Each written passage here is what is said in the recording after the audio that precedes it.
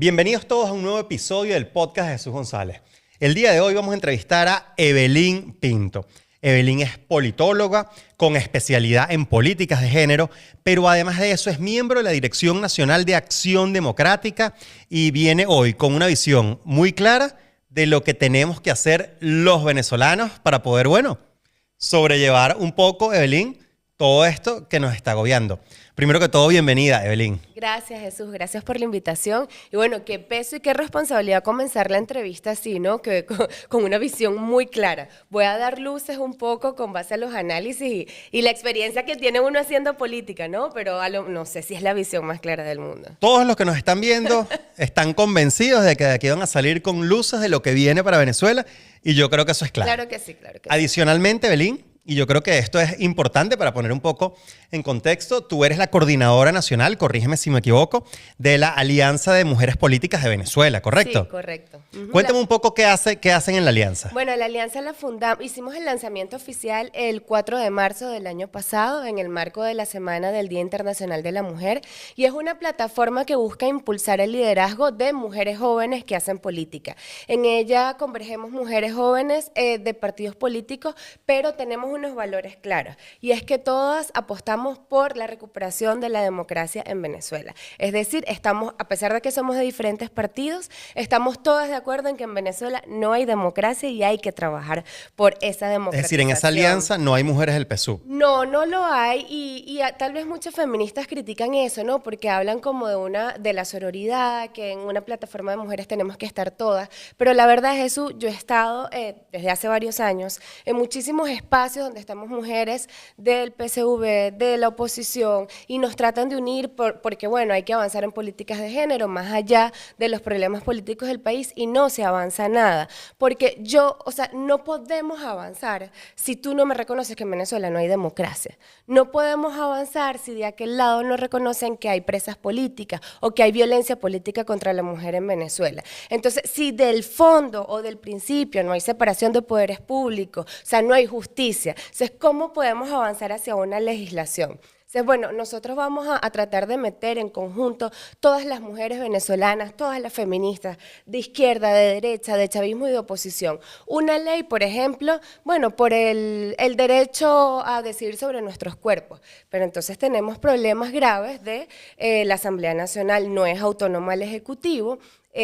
Ahí no hay una representación diversa de lo que es la pluralidad de partidos en la Asamblea Nacional, hay representaciones de partidos judicializados, mientras que muchas de las que estamos haciendo política, que estamos en esos espacios, a nuestros partidos, no tenemos a dónde ir. ¿Cómo nosotros vamos a un organismo electoral o a la Asamblea Nacional a exigir algo si nuestro partido no está reconocido? Nos robaron la tarjeta, nos robaron el uso de nuestro logo, de nuestra sigla. Entonces, ¿cómo en un espacio? No es que no las reconozca, ellas están ahí, las reconozco, son mujeres políticas, tienen una visión, pero no podemos avanzar hacia una política de género conjunta, porque de base, si no me reconoces que no hay democracia en Venezuela, no vamos a llegar a ningún lado. No, claro, existen, pero están equivocadas, obviamente. De ahí nace la Alianza de Mujeres Políticas. Tenemos que luchar por la democracia, porque sin mujeres no hay democracia. Y aquí hay una nueva generación de mujeres que no son solo jóvenes, de decir entre 20 y 30 años, una nueva generación que viene con unos compromisos de justicia, de igualdad, de libertad y de democracia, y es una plataforma para impulsar sus liderazgos. Qué alegría escucharte decir eso, sobre todo en este momento en el cual la política por la libertad y la democracia en Venezuela la está liderando justamente una mujer. Hablemos un poco de eso, fíjate. La inmensa mayoría de los venezolanos, más del 90% de los que votamos en las primarias presidenciales, que organizamos con muchísimo sacrificio, como tú sabes, y que además fue organizada en gran parte por mujeres talentosas, brillantes, echadas para adelante y comprometidas con Venezuela, elegimos a María Corina Machado como nuestra líder político, es decir, como quien va a liderar y a guiar una política para enfrentar a la dictadura y avanzar hacia la democracia, pero también como nuestra candidata presidencial, que era uno de los grandes objetivos de la primaria. Cuéntame un poco qué pasó ahí, por qué el chavismo no dejó que María Corina fuese candidata. Sí, y de verdad qué bueno que saques este punto, porque hay que reconocer el espacio y el camino que está labrando María Corina para las mujeres que venimos atrás, que queremos hacer política y aspiramos a grandes puestos de poder en un futuro. Porque, bueno, esa es otra cosa que en la Alianza de Mujeres Políticas tenemos claro, somos mujeres con aspiración de ocupar el poder para transformar, ¿no? Muchas veces se habla con mucha pena de, no, bueno, si me ponen, no, bueno, si me dan la oportunidad. No, nosotras queremos llegar al poder para demostrar que estamos capacitadas para gerenciar y para transformar las comunidades y las sociedades donde nos desenvolvemos. Y María Corina, fíjate que ha sido objeto de muchas críticas por el hecho de ser mujer. Eso a veces cuesta percibirlo, ¿no? Porque dicen, bueno, Venezuela estamos en una dictadura, al final nos atacan a todos por igual, pero es que hay detalles que te hacen ver que es por el hecho de ser mujer. Fíjense cómo María Corina, desde el régimen, le cargan como una narrativa de que es una loca. Bueno, en el programa del Mazo Dando le dicen lasayo, de la sayona. Entonces yo ahí quiero escuchar a las feministas que están en el régimen, bueno, que se pronuncian ante esa violencia política que recibe María Corina cada rato. Y no es solo que a ella le respetaron sus derechos civiles y políticos al no dejarle inscribirse como candidata, pero es que no dejaron que se inscribiera siquiera una sola mujer, porque a Corina Yoris tampoco la dejaron inscribirse. Y el machismo a veces está tan enraizado en nuestra sociedad que yo llegué a escuchar de factores, de actores de la oposición decir, no, María Corina no va a dejar que quien la sustituya sea otra mujer, porque ella quiere ser la primera mujer presidenta de Venezuela. Y salió Corina Yoris, ¿no? Entonces, María Corina ha ido demostrando una y otra vez que es una mujer comprometida con sus ideales, a pesar de que ha cargado una campaña comunicacional muy sucia y con muchos detractores, no solo desde el chavismo, sino también desde la oposición, porque siempre le dicen, no, ella es una mujer, ella no se va a medir en las primarias, se midió en las primarias, arrasó y ganó. Luego, ella no va a aguantar la presión del régimen en las condiciones electorales, sobrepasó cada uno de los obstáculos, decían, no va a poner otra mujer, puso otra mujer, no se la aceptaron, bueno, va a tirar la toalla, ya no va a poner a más nadie, puso otra persona. Va a llamar a la abstención, ¿te acuerdas? Va a llamar a la acuerdas? abstención. Bueno, mira, otra vez les cayó la boca a todos. Llegó a las elecciones y mira, y ha estado dando la batalla valiente dentro de Venezuela. Tú no sabes lo que eso nos inspira a todos los que estamos adentro. De tenerla a ella adentro también bajo los riesgos que conlleva. Y entonces la critican por todo. Entonces le dicen, sus hijos están fuera del país, mala María Corina. Ah, pero su mamá está dentro del país, mala María Corina. O sea, ¿quién los entiende? Al final del día es criticar por criticar y la verdad es que es una mujer muy valiente. Que ojo, hay muchas cosas en políticas públicas o en visión ideológica que no comparto con María Corina, pero es que yo deseo vivir en democracia y en libertad. Y yo prefiero desde la democracia decir, no estoy de acuerdo, por ejemplo, con este tema en la educación, en la salud, sin miedo a ir presa, sin miedo a ser perseguida, sin miedo a una retaliación política. Y sé que con María Corina y con un gobierno democrático nosotros vamos a poder tener ese desenvolvimiento. Y aprovecho también de hacer un llamado a todas esas personas, si escuchan, que espero que te escuche gente de la izquierda democrática del mundo y de algunas izquierdas que todavía están embelesadas con una narrativa manipulada por parte del régimen, y es que el régimen de Maduro no es de izquierda.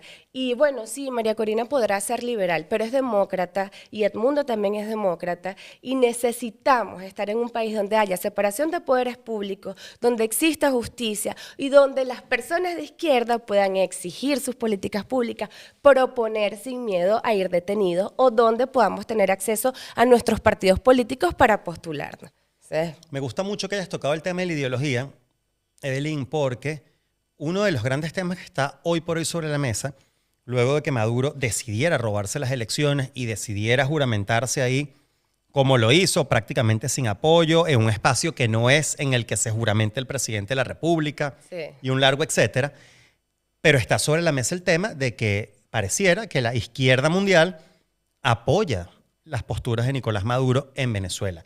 ¿Eso es realmente así? Te lo pregunto porque tú eres miembro de la dirección nacional de un partido que pertenece a la Internacional Socialista, Acción Democrática. Eso es así. La izquierda mundial apoya a Nicolás Maduro. Fíjate que no es así. Y bueno, yo estuve incluso en diciembre en Marruecos, en el Congreso de la Internacional Socialista, representando al partido, ¿no?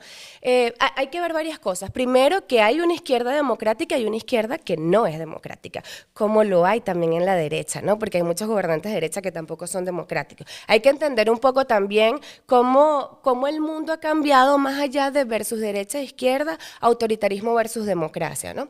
En primer lugar, entonces hay unas izquierdas democráticas. En segundo lugar, ya eso no es así. Vimos cómo después del robo de las elecciones, del gran fraude del 28 de julio, muchos presidentes de la izquierda se pronunciaron, bueno, algunos diciendo se robaron las elecciones, otros diciendo muestren las actas, como el caso del presidente de Chile, Boric, pero también vemos casos y la verdad es que este es un mensaje también, a veces nos hacemos mucho daño en querer ser esos puristas demócratas que así estamos del lado de la verdad y atacamos sin cesar a otros de izquierdas que podrían ser fundamentales para terminar de quebrar el régimen. Entonces yo veo cómo se ataca incesantemente, por ejemplo, a Gustavo Petro o a Lula, y la verdad es que ¿quién ha estado protegiendo a los que estaban en la embajada argentina? ¿Qué embajada? Claro, la Embajada de Brasil. La Embajada de Brasil. O sea, Petro sí, él ha tenido unas posturas de verdad que bastante deplorables, que uno puede criticar, pero con todo y todo, pero a pesar de eso, no asistió a la juramentación. Y estando al lado del tipo. Entonces, nosotros, a ver, nos acostumbramos como a echarle golpe a todo el que no esté completamente alineado a mi discurso, pero es que tenemos que ver que las cosas ya no se están comportando como antes. O sea, aquí no vemos un respaldo irrestricto de la izquierda mundial con Maduro, nada que ver. O sea, hemos visto, pero imagínense ustedes, ¿qué más le podemos pedir a actores como Petro o Lula, que siempre fueron, o sea, pero amigos cercanos del régimen de Chávez y de Maduro, que a lo que están haciendo ahora, a mí me parece un avance importantísimo. Y en diciembre, en el Congreso de la Internacional Socialista, por cierto, se aprobó una resolución. Yo estuve presente, fui una de las que pedí para que se metiera esa resolución, donde votaron todos y se puede consultar en la página, donde, bueno, hablábamos y exigíamos que en Venezuela cesara la violación de los derechos humanos, que se mostraran las actas, que se respetara la soberanía popular. Entonces, ahí en este congreso donde se reúnen, bueno, la izquierda del mundo, algunos son gobiernos, otros no son gobiernos, pero hay muchísimos partidos socialistas y socialdemócratas y progresistas del mundo, bueno, se aprobó esta resolución. Entonces, hay que también ir quitando ese estigma, ¿no? De que el gobierno de Venezuela es comunista y entonces, por lo tanto, todos los que lo apoyamos somos de derecha. Esa fue una polarización, un discurso polarizador que quiso, o bueno, que quiso no, que lo hizo, ¿no? Que lo fomentó Chávez, ¿no? Y muchos partidos en Venezuela fueron perdiendo hasta su identidad en ese sentido. Pero la verdad, y esto también lo digo para los que te escuchan de otras partes del mundo, en Venezuela está hasta judicializado el Partido Comunista de Venezuela. O sea, no es solo Acción Democrática, un partido socialdemócrata. El Partido Comunista de Venezuela también está judicializado. Es decir, este es el término que se usa en ámbito internacional. ¿Qué es judicializado? No los expropiaron. Pusieron a unas personas diciendo ellos son las verdaderas autoridades de ese partido, le dieron acceso a la tarjeta es como el logo y la capacidad de poder postularte a un proceso electoral, y dijeron ellos son los únicos representantes de ese partido. Y están sin base, sin militancia, porque la verdadera militancia de esos partidos se quedó, bueno, con su estructura original y formal, ¿no? Y en Venezuela, fíjense algo, no hay gobierno que haya deteriorado más la situación de los obreros y las obreras que el régimen de Nicolás Maduro. No, totalmente. ¿En cuánto está el salario mínimo? En 2.5, porque estaba en casi 4, pero ahora con el aumento del dólar, incluso con la inflación que hay y con la tasa del Banco Central de Venezuela, está en 2.5. Y entonces ahora cambiaron un sistema de bonos que al final eso no se indexa al salario completo de los trabajadores. Y los más perjudicados son los obreros y las obreras, que un salario de miseria a costa de puro bonos, eso no se ve reflejado en lo que significa todo su historial laboral. Vemos pensiones que también son de $2.5. Vemos cómo, o sea, hablemos un poco como de las banderas de la izquierda actual. No, bueno, en la parte ambiental y ecológica. El arco minero arrasado. Nunca había habido tanta tala y quema en Venezuela como esta. Tráfico, bueno, de aves silvestres. Vemos cómo en el arco minero, aparte, están siendo desplazadas y violentadas las comunidades indígenas, como hay tanta trata de personas en esas áreas, en el área ambiental. Por decir algo, bueno, sin hablar del todo el tema de los derrames petroleros nunca antes vistos en nuestro país, que están contaminando todas nuestras playas. Bueno, ahora vámonos a la parte de la comunidad LGBTIQ+. Entonces, bueno, en Venezuela no se aprueba el matrimonio igualitario, pero es que no se habla ni siquiera de que se ha aceptado los bienes mancomunados entre parejas de un mismo sexo, que llevan años viviendo juntos, se muere uno y la otra persona quedó sin nada, aunque hayan sido bienes comprados en conjunto. No vemos ningún tipo de derechos, no hay, por ejemplo, acceso a medicamentos de VIH de manera oportuna, porque una persona que padece esa enfermedad no puede dejar de tomarse ese medicamento ni un solo día. Y si nos vamos a la parte de las mujeres, bueno, la mujer ha sido una de las más afectadas en la emergencia humanitaria compleja.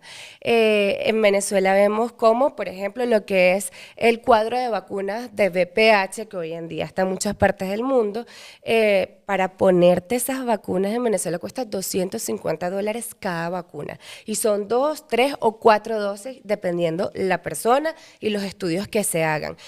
Bueno, salud pública, podemos hablar de salud pública. Enfermarse en Venezuela es costosísimo. O sea, si tú no tienes seguro y acudes a un hospital, y lo viví, o sea, experiencia personal, lo viví en abril del año pasado, una semana que tuve a mi hermano en el Hospital Pérez Carreño y gastamos $2.500 en lo que era, bueno, haciéndole los exámenes de sangre afuera, comprando la medicina, el antibiótico, la cuestión allá. O sea, es carísimo enfermarse en Venezuela si vas a un hospital público. Hablemos de educación, la educación pública en Venezuela. Las maestras están dando clases 2 veces a la semana porque también tienen sueldos y salarios de miseria. Vemos las universidades deterioradas, no se aprueba el presupuesto justo, bueno, para mantener todas estas infraestructuras y los salarios de los profesores ni se diga. Vemos las unidades de transporte que ya no sirven. Entonces, ¿de qué gobierno de izquierda podemos estar hablando? Aquí lo único que se ha dado, bueno, es $1 a beneficio para grupos pequeños. Vemos una nueva, estos enchufados, ¿no? Con bodegones, solo los amiguitos cercanos al gobierno, lo ves con Tesla, con Ferrari, por las Mercedes, y el resto de la población en miseria. Entonces, de verdad, a esa gente que es de izquierda, no se sigan comiendo esa falsa narrativa de este régimen. ¿A quién ha llevado a la población venezolana a mayor pobreza y a mayor dominio, control político, viola los derechos humanos, pone a los vecinos como delatores? O sea, tiene tortura, tiene casas clandestinas de tortura. De verdad, vamos a seguir diciendo que este gobierno es de izquierda y bueno, obviamente no es democrático, porque eso no cabe duda. Y hacia allá voy, según tu visión. Yo, por ejemplo, yo soy un hombre profundamente liberal, ¿no? Tú lo sabes. Sí. ¿Cuál sería el punto de encuentro entre la izquierda y la derecha con respecto a cómo enfrentar a Maduro o a la caracterización del régimen que hoy gobierna en Venezuela? Porque es que también está bien. Ponte que damos por válido que la izquierda en su conjunto, la venezolana sin duda alguna, porque es como la mayoría de los venezolanos. Si el 90% de los venezolanos no queremos dictadura en Venezuela, pues eso incluye a la izquierda, a la derecha y a cualquier espectro ideológico. Totalmente. Pero en el mundo, ¿cuál es el punto de encuentro de izquierda y derecha en función de enfrentar una dictadura que hace todo lo que hace dentro de Venezuela, como tú bien lo estás diciendo, pero también tiene un impacto muy potente internacional en otros gobiernos de izquierda? Por ejemplo, en el gobierno de España, del presidente Pedro Sánchez, también ha tenido un impacto potente y negativo la corrupción transnacional de la dictadura de Venezuela y lo ha ido debilitando, pero eso ocurre también en gobiernos de derecha y de izquierda en el mundo. ¿Cuál es el punto de encuentro o cuál debería ser el punto de encuentro de los que queremos democracia en Venezuela? Bueno, yo creo que primero el principal punto de encuentro es el respeto a los derechos humanos. O sea, ahí no hay como que camino hacia dónde desviarte, ¿no? O sea, si tú no estás de acuerdo que se respete la vida, la libertad, el derecho a expresarse libremente de los seres humanos, o sea, no podrías estar gobernando en ninguna parte del mundo, ¿no? O sea, yo creo que ese es el principal punto de encuentro, es el respeto, volver al orden constitucional. En Venezuela vivimos en un estado de anomia. Entonces, sí, estamos en anomia, no hay un orden constitucional, no se respetan las leyes, no hay separación de poderes públicos. Bueno, ese es el principal punto de encuentro y por eso vemos como hoy en día, por ejemplo, personajes, actores que fueron ministros durante los gobiernos de Hugo Chávez, como Andrés Izarra, Rafael Ramírez, muchos que antes estaban con Hugo Chávez, hoy en día están llamados y han llamado desde el 28 de julio, si bien más que a votar por Edmundo era votar en contra de Maduro, y han llamado a respetar la soberanía popular que se expresó el 28 de julio. ¿Por qué? Porque es que el punto de encuentro es eso, es volver al orden constitucional. El punto de encuentro es a la separación de poderes públicos. Bueno, ahora ya, después que estemos otra vez en eso, que estemos en democracia, bueno, vamos a medirnos con nuestras propuestas políticas, con nuestras tendencias ideológicas. Y ya el pueblo venezolano dirá qué es lo que prefiere para el país, ¿no? Pero si no, o sea, no, yo creo que no hay discusión, ¿no? De cómo podemos estar de acuerdo la derecha y la izquierda en la lucha en Venezuela. Respeto a los derechos humanos, vuelta al orden constitucional y separación de poderes públicos. Para mí es súper básico. Me parece clave todo esto que estás diciendo porque al final del día somos un solo país y eso lo vimos en los políticos, lo vemos en los civiles y lo vemos en la familia militar también. Una pregunta, ¿cómo es, desde tu experiencia, hacer política en Venezuela para una mujer?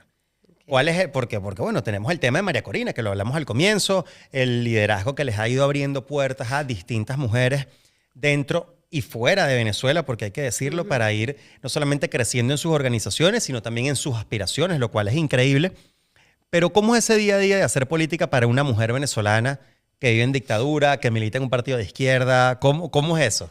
Bueno, la verdad, yo amo hacer política, es mi pasión. Sin embargo, muchas veces he tenido ganas de tirar la toalla y decir, mira, ya no voy a seguir en esto. O sea, a ver, yo tengo 15 años haciendo política, tengo 33, y a veces digo, mira, ya, ¿cuándo le voy a dedicar como a mi vida personal, a cumplir mis sueños? Y, o sea, yo no conozco otra forma de gobierno diferente, pero bueno, al final digo cumplir mis sueños, pero es que a mí me apasiona hacer política y luchar, ¿no?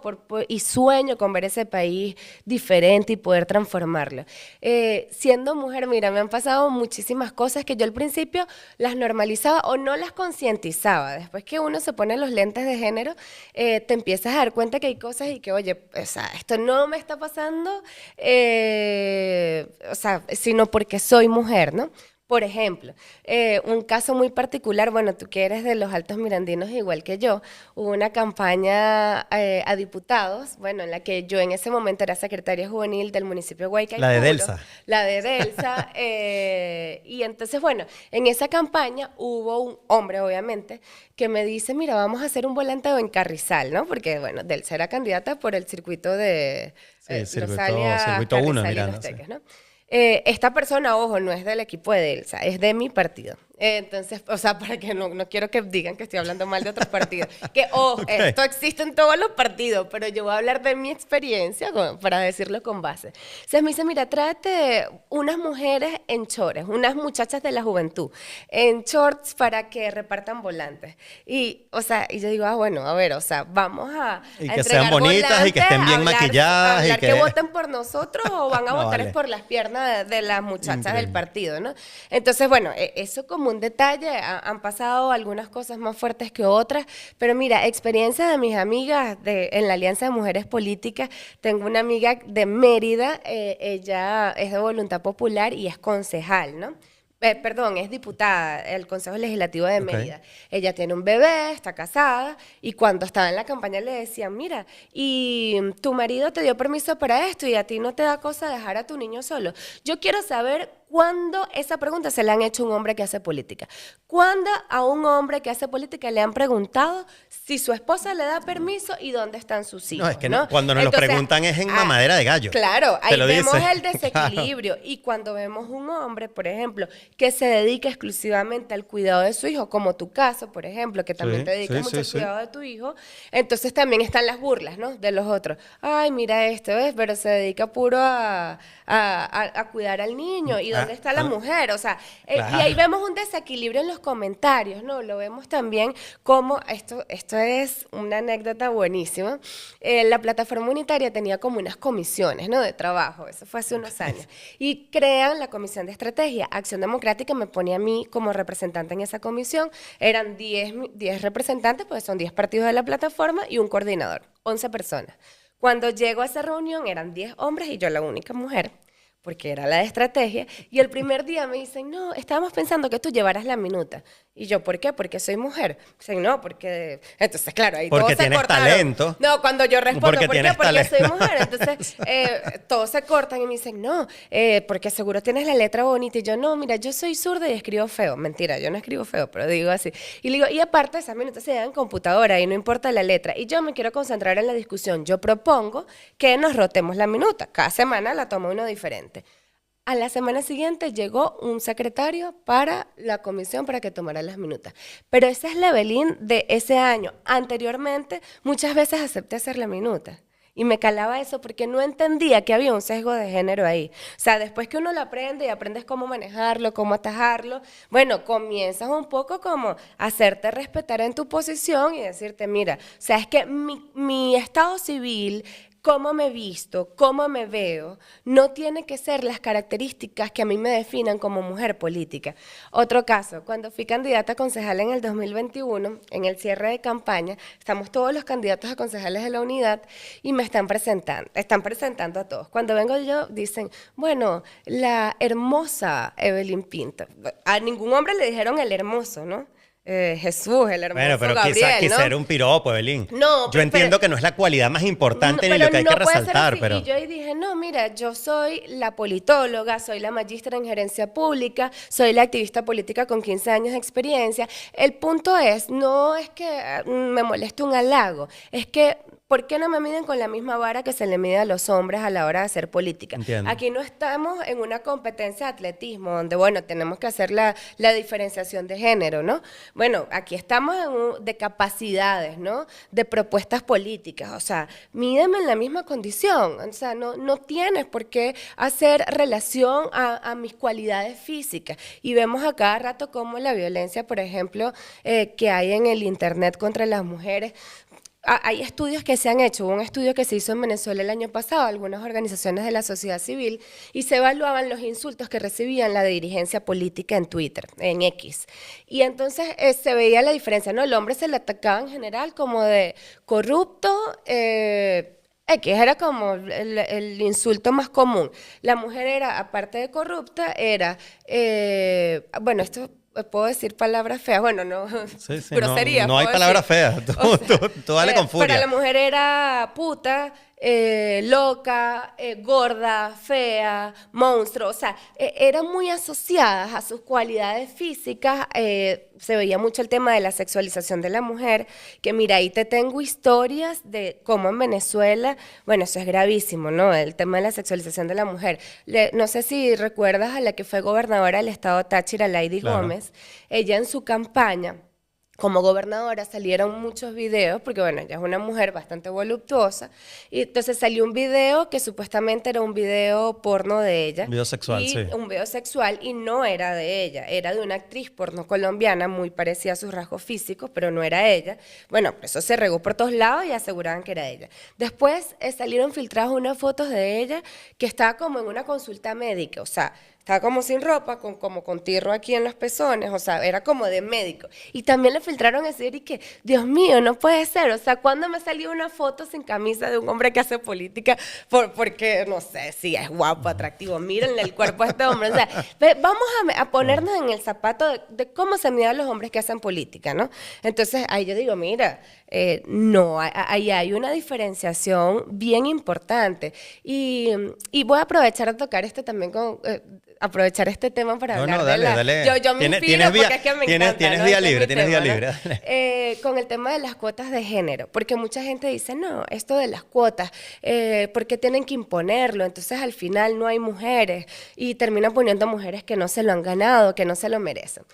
Mira, en la Asamblea Nacional de 2010, de 167 curules, habían 31 mujeres, de 167.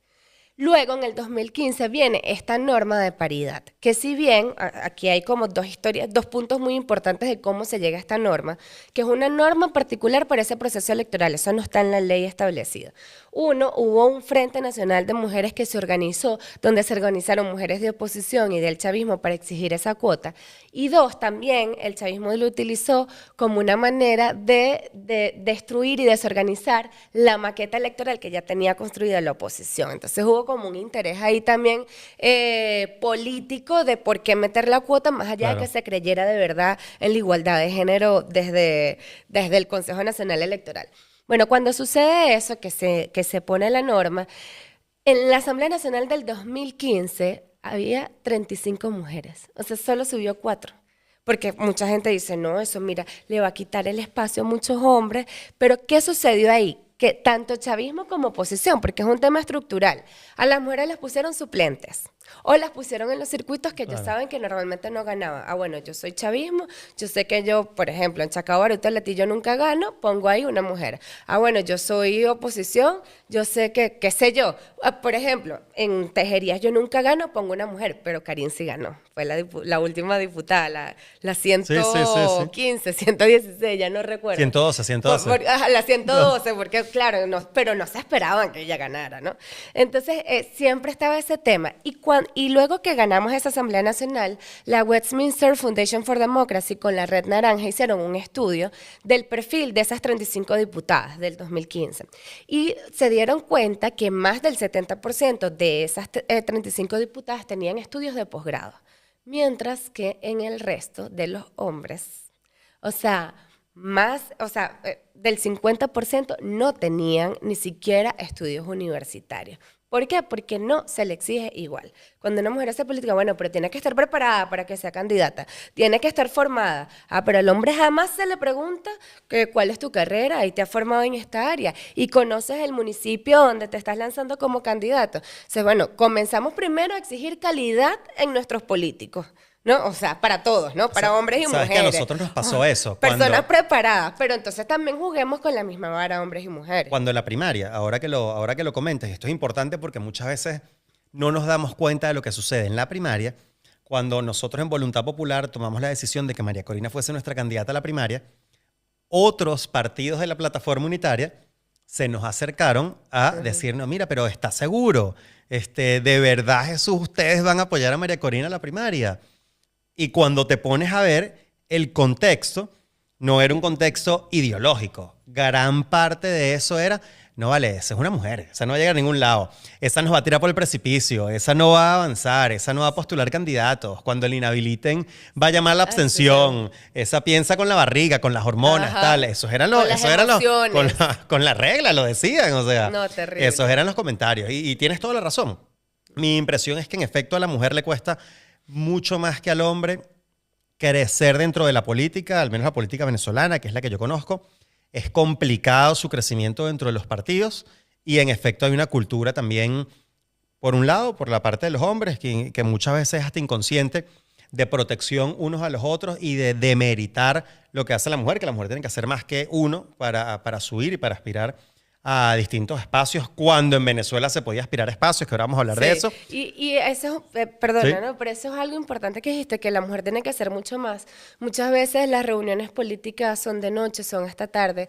La mujer que es madre, que está a cargo del cuidado de familiares, no solo niños, pues, sino enfermos, ancianos, les cuesta más, ¿no? Porque entonces no tienen dónde dejar a los niños, tienen que regresarse a hacer la tarea, la comida, preparar todo para el día siguiente y no les da chance a veces de ese cuidado, que eso no solo está afectando a las mujeres que hacen política, está afectando a la mujer venezolana en general, bueno, por la crisis económica, porque muchas dejaron de tener cómo pagar una guardería. Y los hogares de cuidado diario, que fue una política de un gobierno de acción democrática, también se perdieron.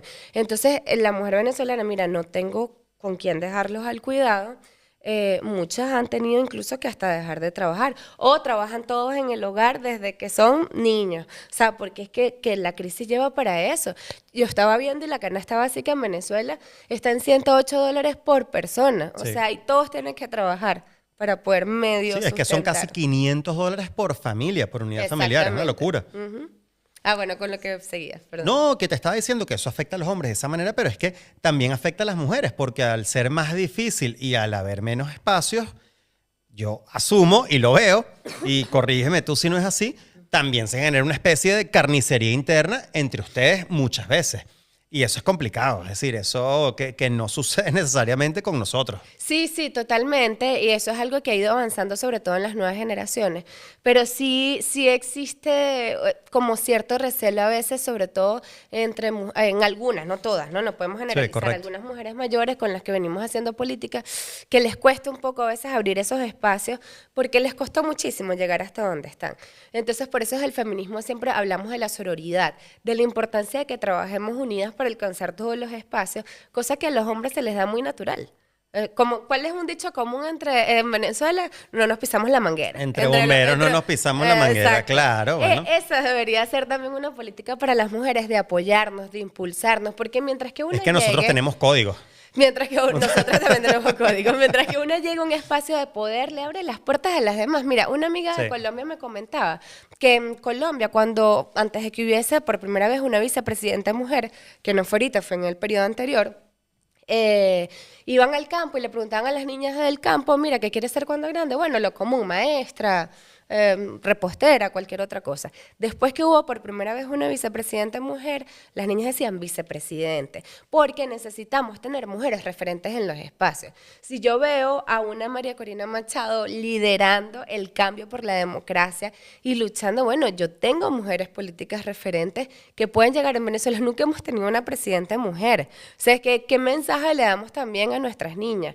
¿Sabes? A las adolescentes que vienen en el camino y que Sí. quieren hacer política, y bueno, nos encontramos con toda esta situación. Por eso es que nosotras tratamos mucho de hablar de la sororidad, de impulsarnos, de llegar a esos espacios en conjunto y de empoderar a otras mujeres. Porque también me ha tocado, yo doy talleres por todo el país hablando sobre participación política de la mujer. Y una vez me tocó en el 2021 hablar con unas candidatas a concejales en Mérida, justamente, creo que fue en el Vigía, si no me equivoco. Y yo en mi charla les hablaba y muchas ahí eran candidatas por la norma. Entonces, o sea, por la norma de paridad.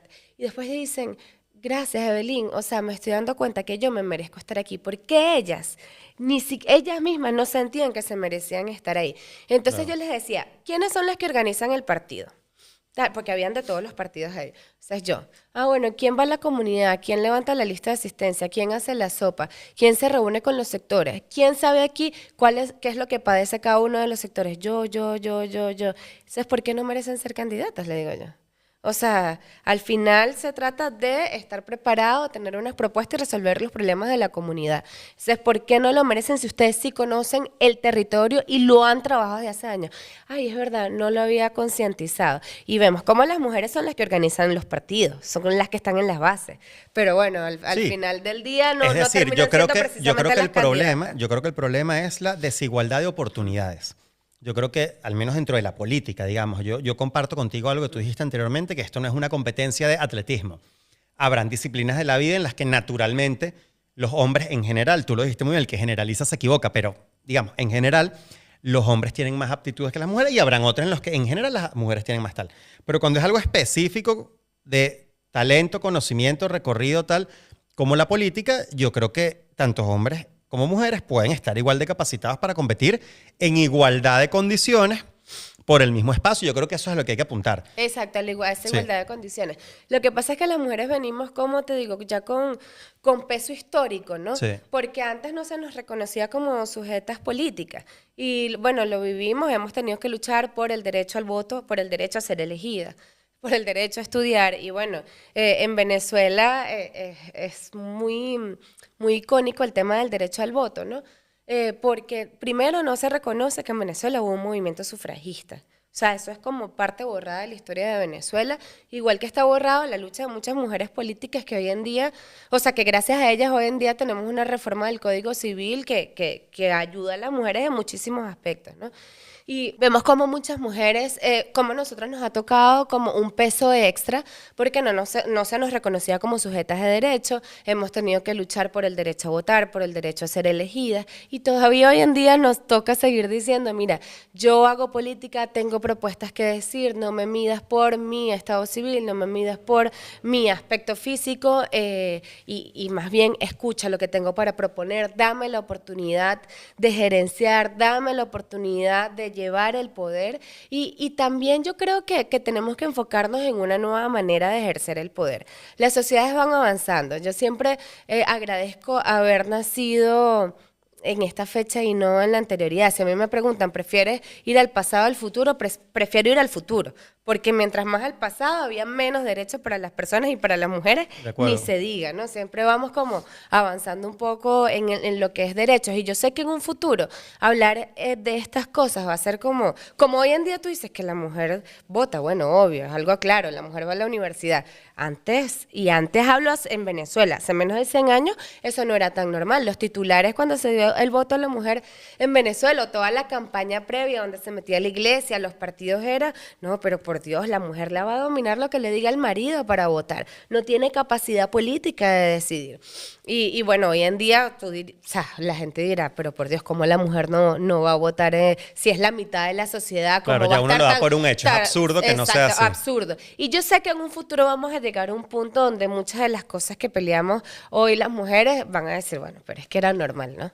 ¿Crees que hay algún tipo de propaganda feminista que le hace daño al movimiento feminista? Mira, la verdad es que no sé, o sea, a mí no me gusta diferenciarme como entre, soy feminista, pero no de las radicales, porque para mí esas son etapas, yo lo viví, o sea, yo tengo varios años en esto y en un principio sí decía, yo soy feminista, pero no de las que no se afeitan, no de las que, o sea, al final del día es decisión de cada una, para mí feminismo es libertad y es la libertad de que cada mujer tenga la opción a decidir vivir como quiere vivir, sin violencia. Entonces, yo no sé si haya algún feminismo que haga daño. Cada corriente lleva unas luchas diferentes. Por ejemplo, yo defiendo, y bueno, llámenme radical si quieren. Por ejemplo, en México hay una cantidad de femicidios al año alarmante. Allá hay muchísimo machismo. Se mata mucho a las mujeres por el hecho de ser mujer. Y una vez unas feministas protestando, como que grafitearon unas paredes, unas plazas, unos monumentos, ¿no? Y la gente criticaba. Y yo decía, no es posible que la gente se alarme más por una plaza grafiteada que por una mujer asesinada. O sea, ahí tú comparas y digo, no, bueno, eso se pinta, eso se recupera, me explico. O sea, entonces a mí me va a alarmar más el asesinato de una mujer por el hecho de ser mujer que un monumento rayado. Entonces, al final del día, no veo como que hay publicidad mala. Muchas de esas, esos títulos amarillistas de cosas que hacen las feministas, también son titulares que los sacan algunos grupos también que hay haciendo daño a las mujeres, porque entonces se habla de las feministas radicales.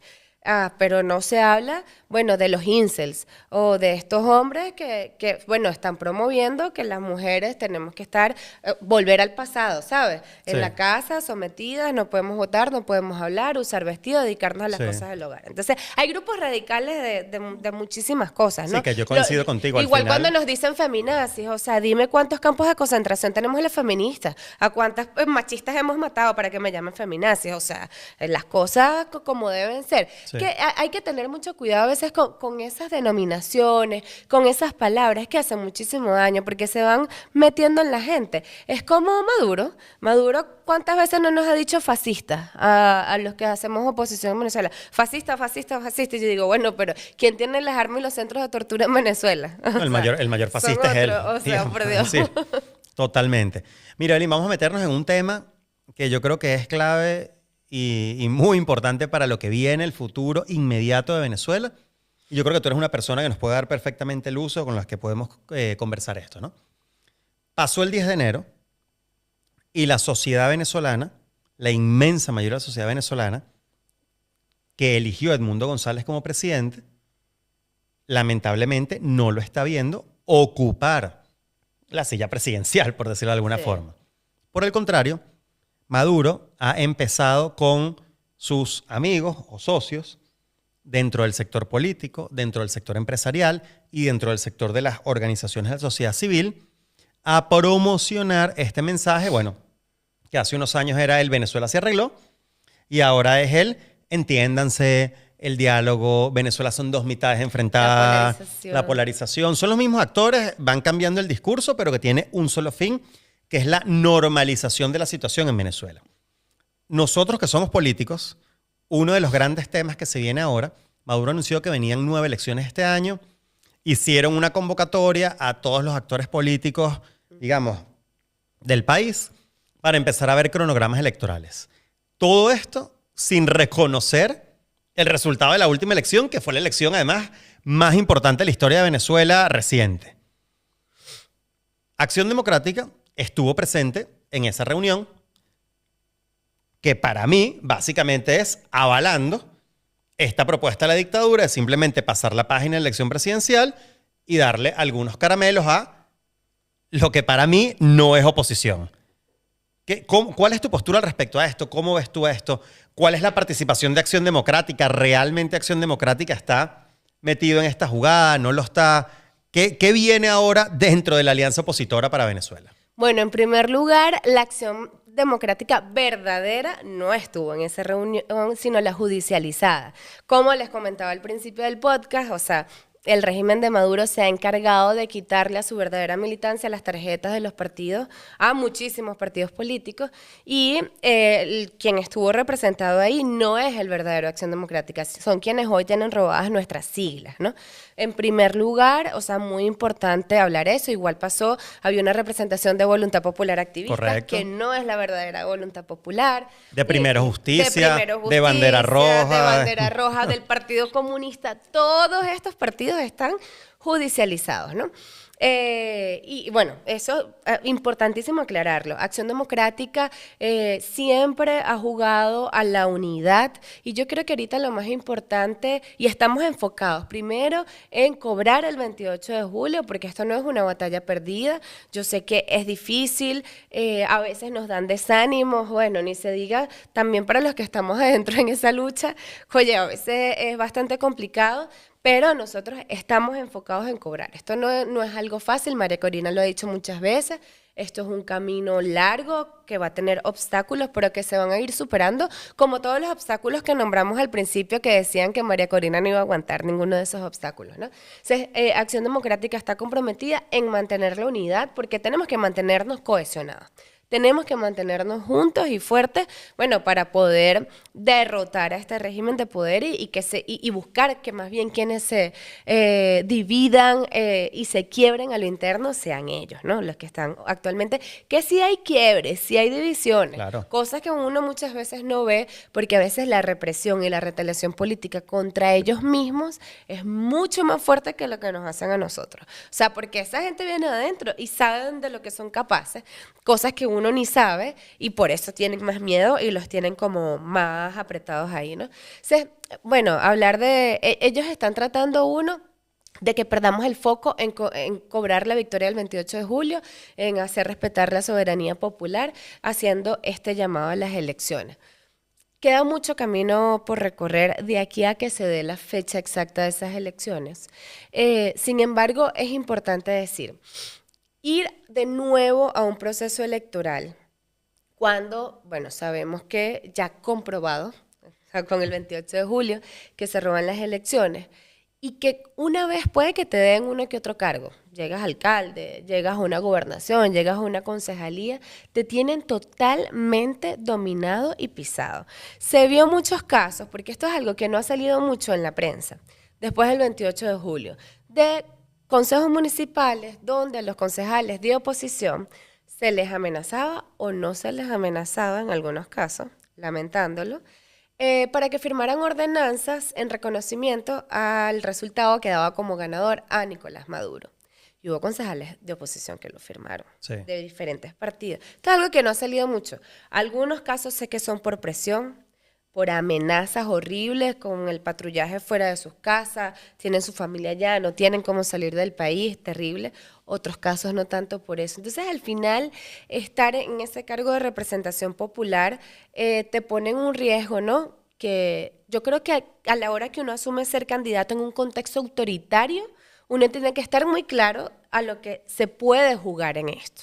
Y ahí sí yo digo, todas esas personas que hacen política en este contexto autoritario, que no tenemos 3 días en Venezuela, y decidimos ser candidatos porque creemos que ese es un espacio, bueno, para ayudar a mi población, es un espacio para irles carcomiendo el poder y dejarles menos espacios a ellos, bueno, pero tienes que estar atento a las consecuencias que te pueda acarrear cuando te tengas que parar firme ante una posición muy necesaria. De hecho, porque es que yo no critico a la gente que es alcalde, porque hay alcaldes presos, hay concejales que que están A en el eso, exilio justo ahorita eso te iba a decir. para no firmar esa ordenanza. Justo eso te iba a decir. O sea, yo ¿Qué creo vamos que a sí hay elegir? opciones. Concejales.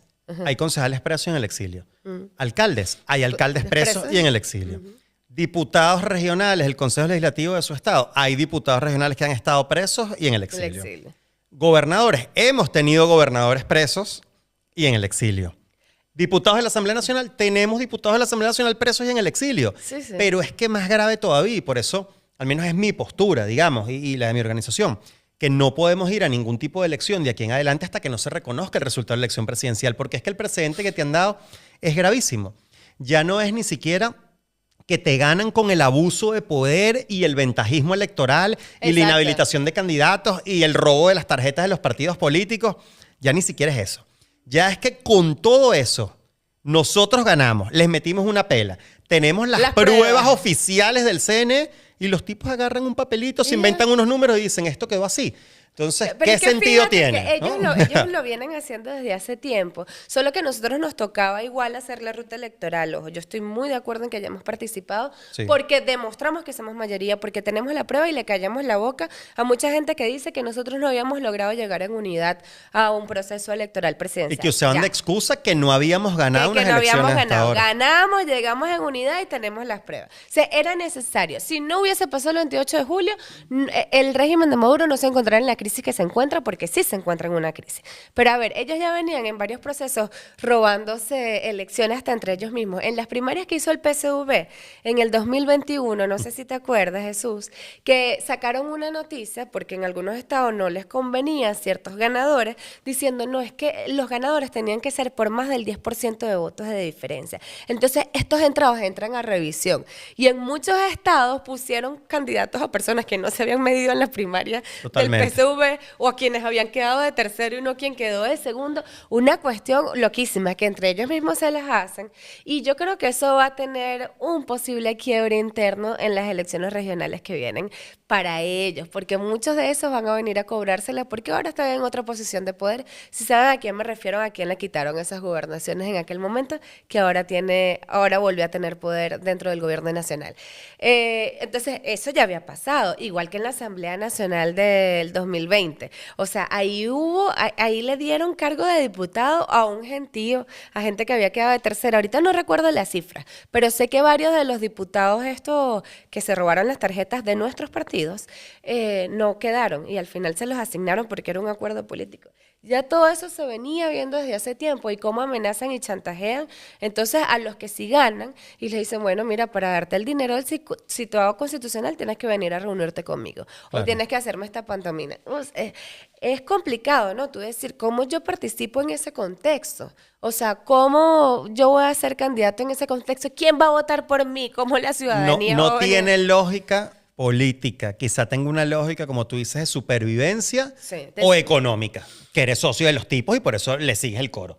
Que ojo, lo de la supervivencia también es importante, ¿no? Sí, Porque sí. a veces es muy fácil juzgar a quienes están adentro y la persecución es extrema, las amenazas son gravísimas y hay personas que de verdad, o sea, les llega, se viene a su casa. Mira, conozco el caso de una compañera de partido que le llegó la policía a su casa, le quitaron su negocio. Le embargaron todos los productos, cayó en la quiebra. Era con lo que ella mantenía a sus 3 hijos y a su mamá, que es una persona de la tercera edad. Y ahora está en la clandestinidad dentro de Venezuela y sin medio. O sea, la situación en Venezuela contra la dirigencia política, la dirigencia comunitaria, quienes trabajaron para el 28 de julio, es gravísima. No es solo los presos, los torturados, los exiliados, sino que también hay una cantidad de gente en la clandestinidad dentro de Venezuela. O sea, calladas, sin publicar nada, en otros estados, y que les quitaron todo, sus negocios. Conozco otro caso de otro compañero de tu partido, en otro estado, que le quitaron su hacienda, le quitaron sus camionetas, o sea, todo el fruto de su trabajo, que es difícil. Y a veces también tenemos que no ser tan duros con la dirigencia política, que también está tratando de sobrevivir en el buen sentido. Ojo, no, yo no aquí Yo no estoy de estoy ni acuerdo avalando contigo. corrupto, ni pacto con el régimen, ni compra, ¿no? Eso es muy diferente. Pero es que a veces es muy duro, ¿no? Con la dirigencia política y, bueno, son 25 años que se lleva intentándolo de diferentes maneras Sí. y bueno, y con muchísimas consecuencias. Hoy en día me di cuenta que es otro aspecto que trató de hacer el régimen después del 28 de julio con toda esta persecución, que los políticos ahora nos ven como unos leprosos. Porque ponemos en riesgo. O sea, me explico. La gente así Claro. como que, ay, pero es que tengo este familiar que hace política, tengo esta amiga que hace política, mejor no me junto, mejor no, porque me puedo ver yo salpicada por eso. Y saben que uno no está haciendo nada malo, pero es Pero que es porque el la régimen de dictadura terror está es metiendo terrible. preso a familiares, A amigos. familia. Claro. Exacto. Yo estoy de acuerdo contigo, pero yo le pondría un matiz, que es que sí tiene que haber líneas rojas.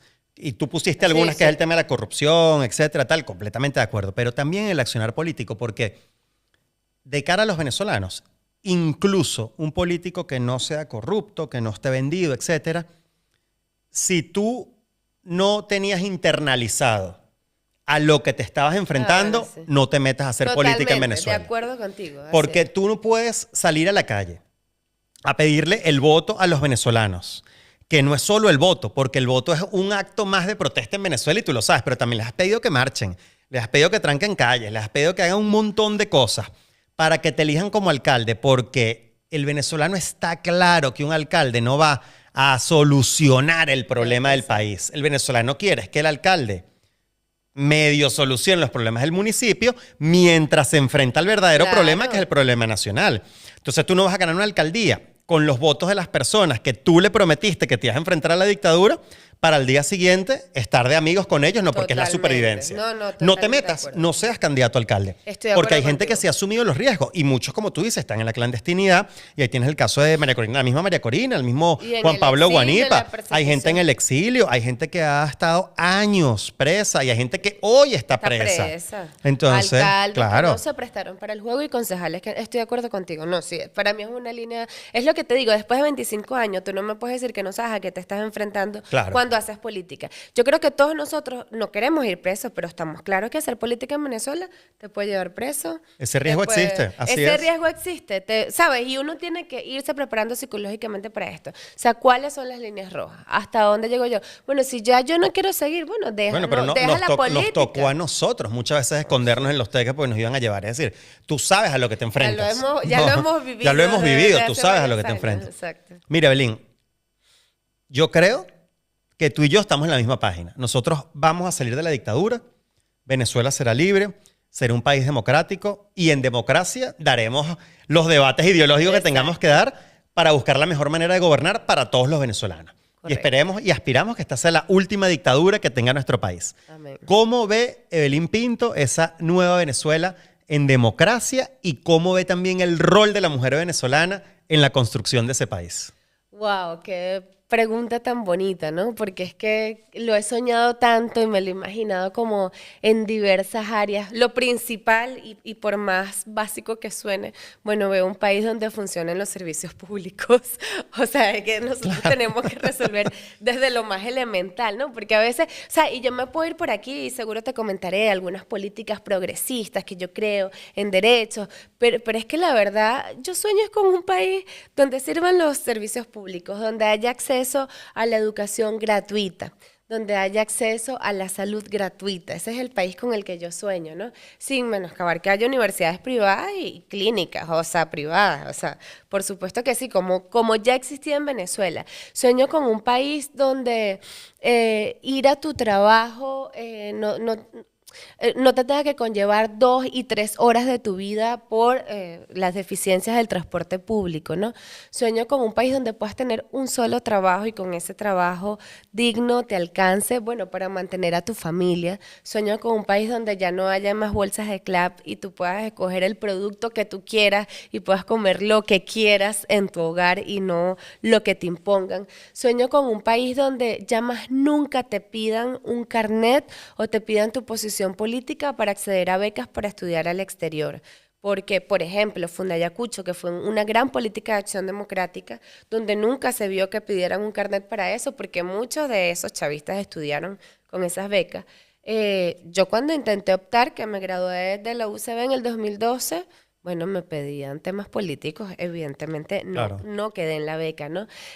Sueño con un país donde se acabe el crimen organizado, donde no sean parte del Estado, porque esto es algo gravísimo que pasa en muchas zonas de Venezuela. O sea, hay como una relación demasiado perversa de relacionamiento entre lo que es el Estado y lo que es el crimen organizado, y lo sé por el pueblo donde yo vengo, en Tejería, donde, bueno, ahí existía como un plan súper famoso, ya lo mataron, que era el Conejo, y el papá del Conejo era concejal por el PSV, era quien cobraba las vacunas a los comerciantes en el municipio. O sea, yo sueño con un país donde la gente deje de tener miedo, o sea, tanto del Estado como del crimen organizado, que se relacionan en muchísimos aspectos, Literalmente un estado criminal. Exacto, literalmente. Yo sueño con un país, bueno, donde se acabe toda la explotación abrupta que hay en el arco minero, donde no haya más derrames petroleros. Sueño en un país donde haya igualdad de derecho para las mujeres, pero en el verdadero sentido, no solo lo que está establecido en la ley. En Venezuela tenemos una ley orgánica de las mujeres, una vida libre de violencia, con 25 tipos de violencia, pero no tenemos casas de abrigo activas, no tenemos líneas de denuncias activas, no tenemos funcionarios públicos formados para recibir estos casos, y en muchos casos lo que hacen es revictimizar a las víctimas.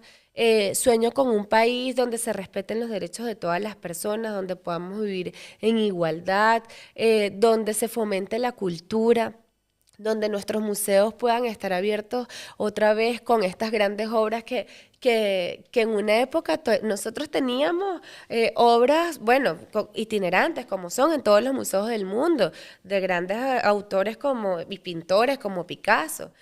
Y bueno, hoy vemos estos museos súper deteriorados y muy poquitos, ¿no?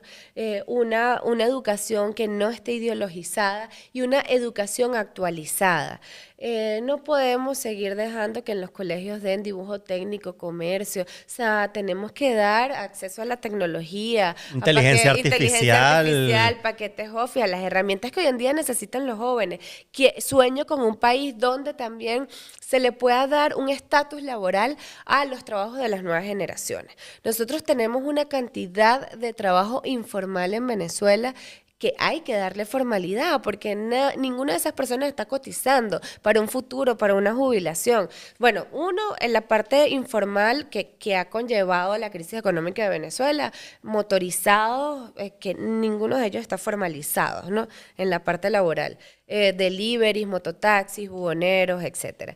Y por otro lado, las nuevas profesiones ahorita, actual, ¿no? Bueno, community manager. Bueno, o sea, hay tantas nuevas profesiones que no están regularizadas tampoco en el tema laboral. O sea, en Venezuela hay muchísimo que hacer, pero tampoco es que nosotros necesitamos, o sea, construir una cosa imposible de hacer. O sea, con la voluntad política, sin corrupción, sin robarse el 100% del dinero destinado para una política pública, se pueden lograr muchísimas cosas en Venezuela. Y bueno, restablecer, por supuesto, los indicadores económicos en el país. Eso va a ser fundamental para comenzar a trabajar todo lo demás. Pero eso, sueño con un país donde se compren menos armas, donde se compren menos aviones de guerra y helicópteros de guerra y se invierta más en los hospitales y se invierta más en la educación.